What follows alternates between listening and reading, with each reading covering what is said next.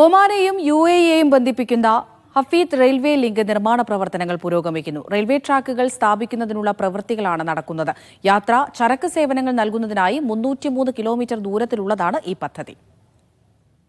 മണ്ണുമാന്തി യന്ത്രങ്ങൾ ഉപയോഗിച്ച് റെയിൽവേ ട്രാക്കുകൾ സ്ഥാപിക്കുന്നതിനുള്ള നിലമൊരുക്കുന്ന പ്രവൃത്തികളാണ് നിലവിൽ പുരോഗമിക്കുന്നത്. ഒമാനിലെ സുഹാറിനെയും UAE-യിലെ അബുദാബിയെയും ബന്ധിപ്പിക്കുന്ന ഹഫീദ് റെയിൽ പദ്ധതി $300 കോടി ചെലവിലാണ് യാഥാർത്ഥ്യമാക്കുന്നത്.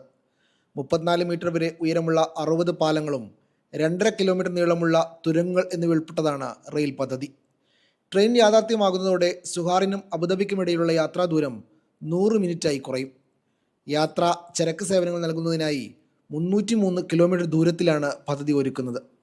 മണിക്കൂറിൽ 200 കിലോമീറ്റർ വേഗതയായിരിക്കും പാസഞ്ചർ ട്രെയിനുകൾക്കുണ്ടാവുക. ചരക്ക് ട്രെയിനുകളുടെ വേഗത മണിക്കൂറിൽ 120 കിലോമീറ്ററുമായിരിക്കും.